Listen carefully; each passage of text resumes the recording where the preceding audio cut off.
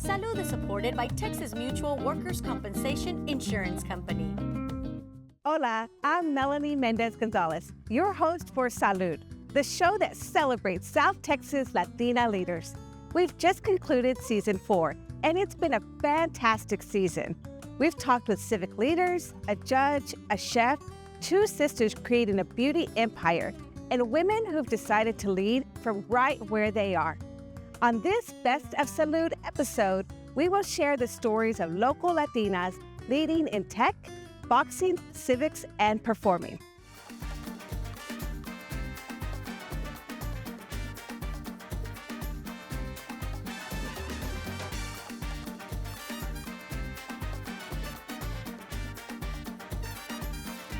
Ava Morales Campbell is a voice and on-camera actor whose talent is not only performing, but being bilingual.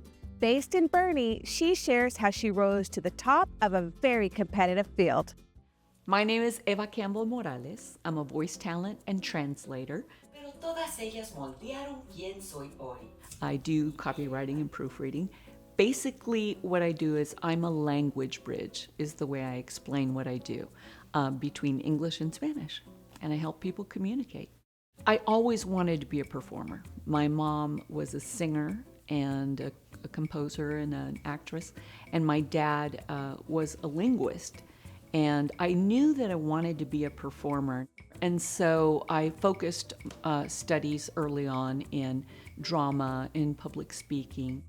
I grew up in a bilingual household. My mom's from Mexico, my dad's from Illinois. But because I grew up bilingual, I was there at a time when there was a real void in the Latino market for voice talent.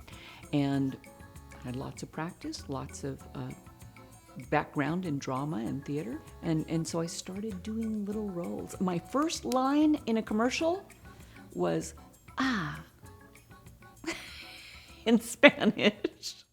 Harris County está creciendo, mucha gente, mucho tráfico. Somos el impulso económico de Texas. I was hyper-focused and interested and knowledgeable about language in ways that other people weren't. It's at home around the dinner table, we talked about the nuances of language, of translation, of pronunciation, of how does this sound get made. So I was very much a language nerd, and it helped me a lot. I eventually ended up starting my own business. Me siento en control. Doing things your way, believing in yourself, trusting your instinct, not always, but more often than not, is the way to go. Open the door when opportunity knocks. Hello? What are you doing just sitting there? A lot of times behind that door will be an amazing mentor or amazing opportunity that will lead you to something else. The single biggest challenge is lack of a college education, and it was twofold, because you know that the story you tell yourself is more powerful than the story people tell you. And so I've been so blessed that I have been able to excel and gain the trust through performance of giants in the industry, and in San Antonio and in production. I've been able to earn their trust and respect through my product, but not having that, it's kind of like the Wizard of Oz with the scarecrow, not having that piece of paper has, throughout my career made me feel a little bit tentative about, how do I present what I have to offer? All I have is my proof of the work that I do. I don't have a piece of paper that says, oh yeah, she can do it. So that in my mind was a challenge, and it was in some cases initially trying to gain a foothold, a little bit of a challenge, but I've been very, very blessed that I've worked with some wonderful people who grade product over paper. My advice would be relentless, and you must fight that challenge of not believing in yourself. I have heard people say, what have your challenges been as a Latina? I'm Eva name is Eva Morales, and I say Morales because I am Mexican. I know I don't look it. My superpower is being a Latina. But the fact that I'm bilingual, that I learned my language, my culture, the nuances of both languages and cultures, to this day, that serves me well, because even with AI taking over translation, AI doesn't understand nuance of language. You know, I frequently hear being Latino as this separate set with separate rules. And the only thing I would say to anybody, Latino, Latina, you don't ever see that as a limitation. You know, if you are a Latino, Latina, you're in school, you're trying to get started in the business, recognize what a superpower that is.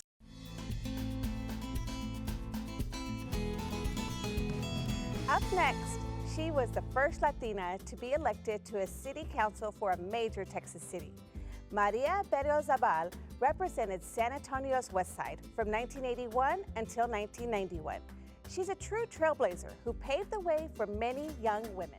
I served in public office in San Antonio, Texas.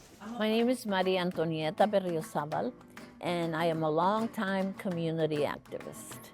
My journey to becoming the first Latina elected to the San Antonio City Council in 1981 starts with my ancestors, with knowing the history of my ancestors, and being from a community that is very active.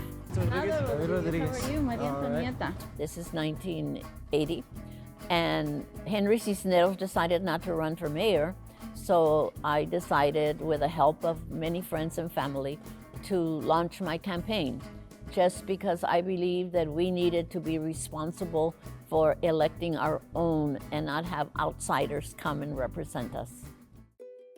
I was raised in a family that was very aware of our surroundings. My father taught us to be good analysts of the world around us, what's happening, who's doing what. I saw class differences, I saw social differences, I saw financial differences, and I became very interested in what was happening around me.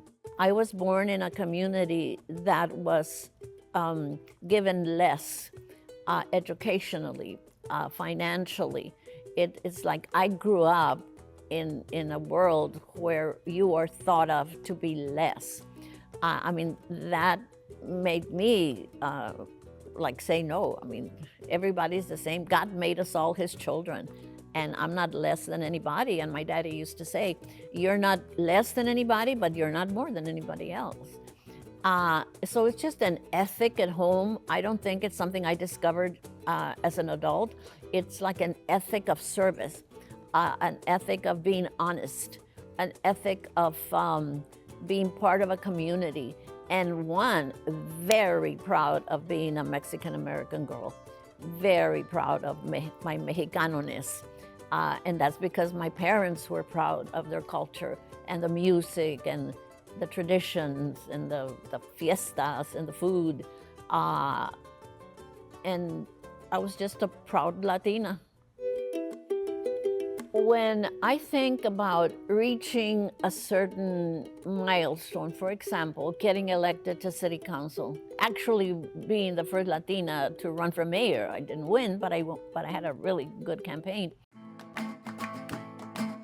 All along the way, there are obstacles. There are obstacles today of opportunity, of people who are going to help you, of having money, of being a woman. Things happened in 1980 in my campaign that would never happen today. You know, people actually printed things about a woman running that they would never print today. I ran for city council with, I think, 4 opponents, 4 men. And I got into a runoff with one man. And they had money to buy ads and stuff. We didn't have that much money. But this gentleman bought an ad that compared me and him. And say, the opponent is this, I did this. My opponent went to a private school. I went to Lanier High School. The opponent married an outsider. I married my childhood sweetheart. My opponent doesn't have children, so she's not gonna know how to deal with issues of children. That would never happen today. We paved the way. As far as mentors, I had women, business women, who took time to include me, to show me, to embrace me in the community. One of them was Luz Escamilla. She's the woman who founded the Mexican American Business and Professional Women's Club in 1972. And that was my first opportunity at leadership. Us with the gray hair, what are we going to leave behind to our children? Please. I think we have an obligation, those of us who have something to share, to give to young people and have them run with it. You know, that every young person you see, if you got to be councilwoman, man, you can be mayor, you can be senator, you can be the owner of your own business. And we have the eyes to see, and sometimes young people don't have the eyes to see what they have. So it's our obligation to tell them what we see and the hope that they are to us. I'm 83 years old, proudly, and along the way to be told that you're open doors or that you're a trailblazer. First, you don't think of it when you're doing it. You're just doing what you need to be doing. You're doing something that's difficult to do, but then when kind of in your last years, people start telling you that, you kind of say, wow, I mean, that's good. That's a good thing I did. And to acknowledge the other trailblazers who are my amigas, my friends, my comadres, and that we women who are now in our 80s, late 70s and 80s, particularly as Latinas, are a generation that opened up doors for the younger women, and that makes me very proud.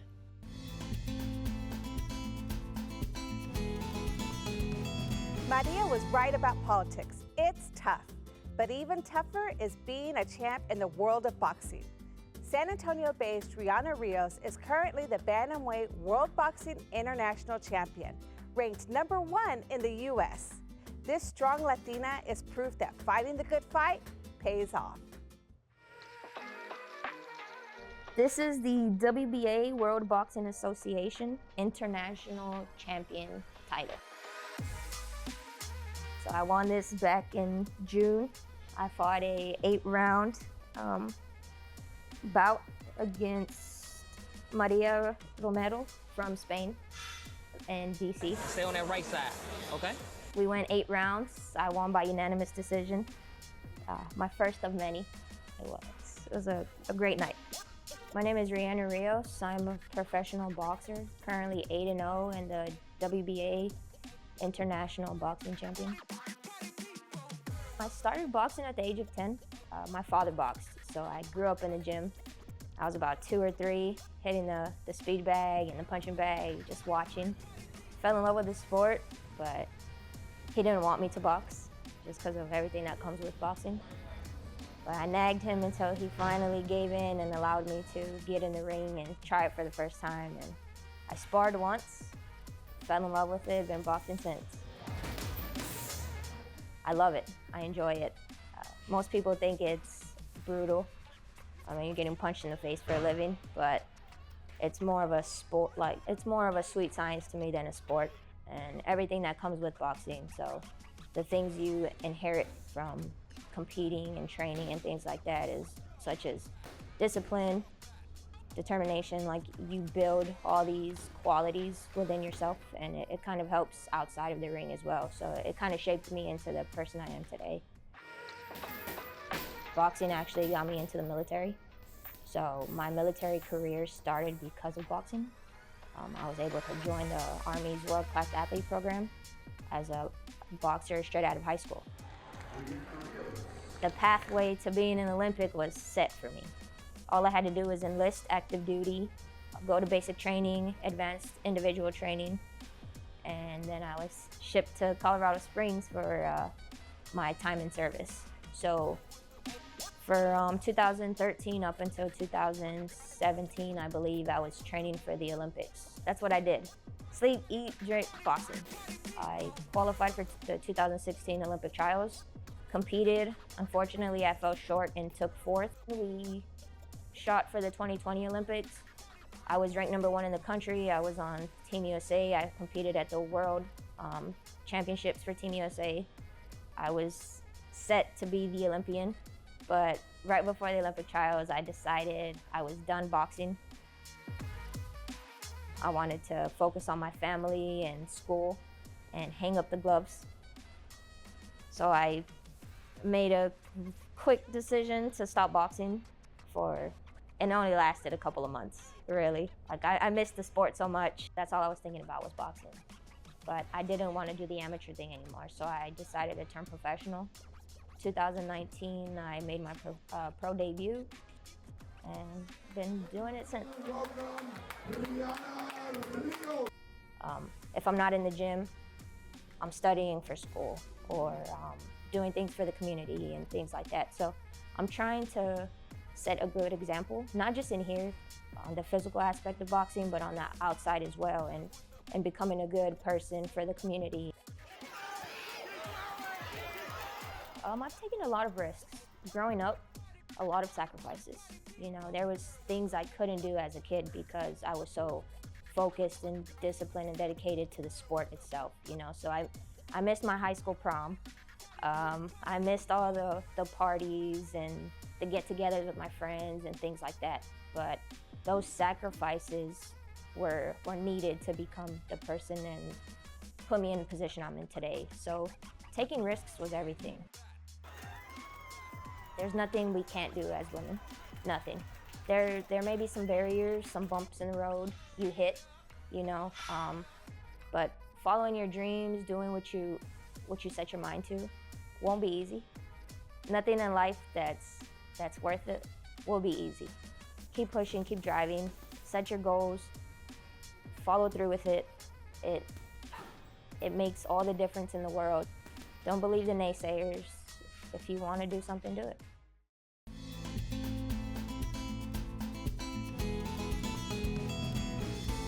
Women are leading in every aspect of business these days. As primo San Antonio journalist Jessie Degollado shows us, technology is one of those areas. And Kat Dizon shares ideas on leading in tech and business.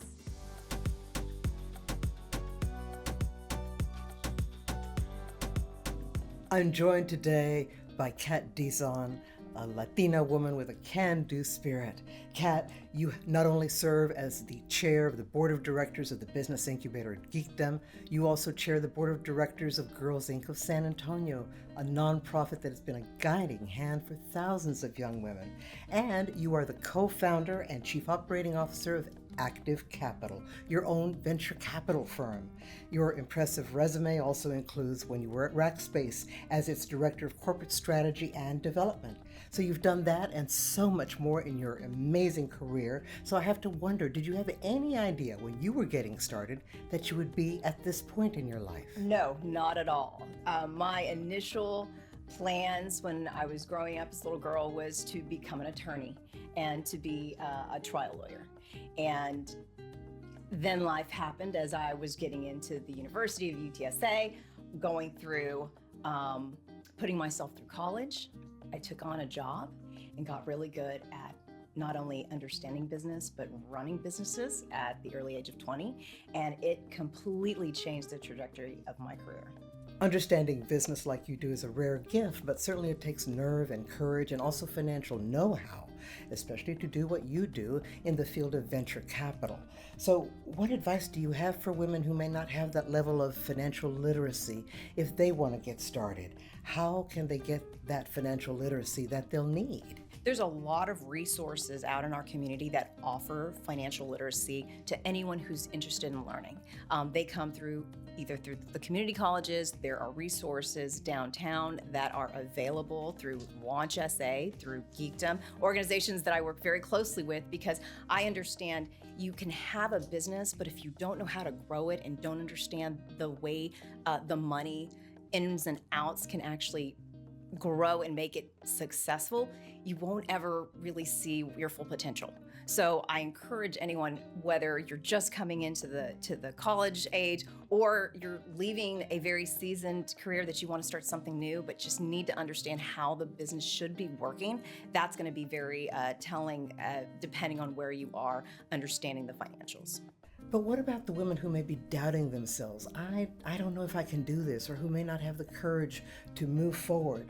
What can you tell them? I encourage very positive self-talk, because you will meet people that will try to talk you out of doing something new or doing something very risky. So if you have that internal talk with yourself to say, look, everybody else can do it, I can do it too. Or maybe nobody's doing it. Maybe it takes somebody like me that really just will count and bet on themselves and get started. A lot of it is just getting started. And every time I meet with women that think about starting a business or think about launching a product, I say, just do it and figure out the rest later. If you really have the passion and you really have the drive and the discipline to keep it going, and you're serious, show everyone how serious you are and take the first step and then take the next one. And already, when you look back, you'll realize how far you've come just by taking those small initial steps forward. Well, as you mentioned earlier, life happens. We all know that. So how is it possible for women who are also wives and mothers to still keep their eye on the prize? I think a lot of women try to figure out, is it fair to balance life? How do you do that? You really don't balance life. You prioritize the best you can. You do make sacrifices on one side or the other, but if you have goals and you're reaching goals and you have family as a priority and you make sure that that is still a healthy unit day in and day out, it all grows together, and it won't ever be perfect, but you can make a really happy life if you understand your priorities. Talk to me about how you motivate yourself as you see that mountain of responsibilities that you have that's growing and growing. Have you ever been in that kind of situation? I do, but also it's all about the way you look at it, your perspective. I'm a very positive person. I used to have really grueling and tough jobs where things were usually daily fires or, problems or just challenges. And today I'm in a position and I've built my career to now every call is a potential, it's opportunity. It's something that I can actually solve, which I've spun it. I could look at it as fires, I could. So instead of it being looking at it like a wall of problems or a wall of work, I take it piece by piece of how do I make this win? How does this look and get to a level of success? How do I start something new to maybe become more efficient in other things? So I turn it with the positivity or my outlook to make it seem like, hey, I can get through anything. And I've proven that. 26 years of just doing a lot of different work in industry. Nothing scares me, nothing surprises me. I just look at it as work and I turn it into something positive to move through. So to conclude, may I ask, what is the biggest life lesson that you've learned throughout your career and your life up to now? The biggest life lesson was I didn't look for mentoring early on in my career. I started in the workforce at age 20 and I felt like I had to have all the answers. I had to know exactly what we were doing, how we were going to do it, the strategy for it, how we were going to win. And I made a lot of missteps. And I never thought I could reach out for help. One, because when you're at the top, there's really nobody around you to ask for help. And if you do, it's almost felt as if you're weak about, a part of your career that you just don't want to be as the leader. And slowly I learned, gosh, there are people that know so much more than me. They've been there, they've done that. And had I just asked earlier on, I still not trade this life and this career for anything, but I feel like I would have learned a lot faster. There's so much more beyond what you know today, and you won't know it unless you ask. And the help was there, I just never really reached out for it. Take it from Kat Dizon, certainly whose hard-earned path has led to your success. Thank you so much for joining us, and thank you for joining us here on Salud.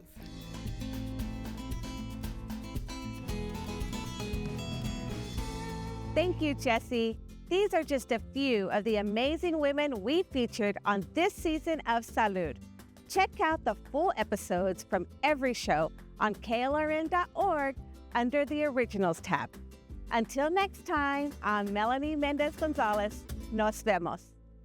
Want to discover more episodes of Salud? Tune in to watch inspiring stories and hear expert advice from all our episodes. Visit klrn.org/salud. And with streaming available on all your devices, you can watch anytime, anywhere online with the PBS app.